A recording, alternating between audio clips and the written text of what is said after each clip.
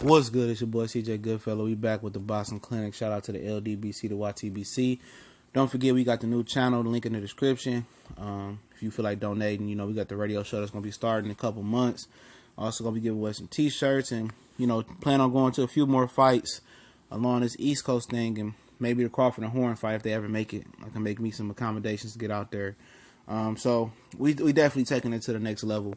And it's your boy CJ Goodfellow. We back with the Boston Clinic. I did introduce myself, but today, sounds like Dmitry Bivol has agreed to take VADA testing, and we're gonna get to the tweet that Sullivan Barrera sent out, and give my 2 cents to some of the reaction I'll be seeing around it. But it's a good fight. I think it's one of the better fights in the first quarter of boxing. It's a lot of great fights. You got Spence Peterson, Adonis Badou Jackafall in the first quarter, Danny and Rios, Wilder and Luis Ortiz, the super series tournament with Groves and Ebanks Jr. and the Cuban and the guy that Abel Sanchez's trains, excuse me. But here we go right here. Sullivan Barrera, after training today, my team tell me Bivol will do VADA. Let's see if he really does. Very strange he took 3 weeks to say yes to VADA. Already basically did my paperwork. I believe him when he does. To see you in March. Broken English, we know he is Cuban. Pretty much he should be paying somebody else to do that. But he said it took 3 weeks, maybe trying to insinuate that he cycled off or something, or to get it out of his system. That's kind of crazy that he could have just walked away from this fight. Actually, it's a mandatory fight, so he couldn't.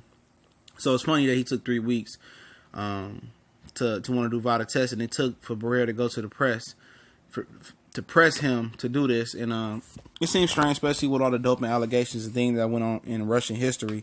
They've been the platinum standard for superior doping, from what I understand. But Bivol signed up. If he signs up and he goes through and he passes all the tests, he take the test, no debate.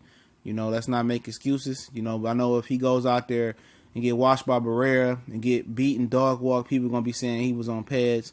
As soon as they did VADA testing, he didn't look the same. And but my counter to that is he had never fought a guy on Barrera's level. This is a step up fight for him.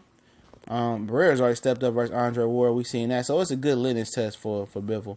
And Bivol was able to dispose of Barrera in a way that Andre Ward couldn't in the past, and stop him and drop him and stop him and drop him. Then, a lot of people are going to be riding that Bivol train going against the Sergey Kovalev fight. But Kathy Dufa, main events, who controls Sergey Kovalev and Barrera, says that, Kovalev can unify with Arthur Betterby first, then come around later and unify with the Bivol and Barrera winner. So as long as Bivol take the test, I had nothing to say about him. He tests clean, we can get the fight done. But let's see if he sends his paperwork in like Barrera did. But the light heavyweight division is getting exciting. If after Kovalev's fight March 3rd, he can get in there with Betterby. 18 is on fire. Let me know what y'all think. We gone.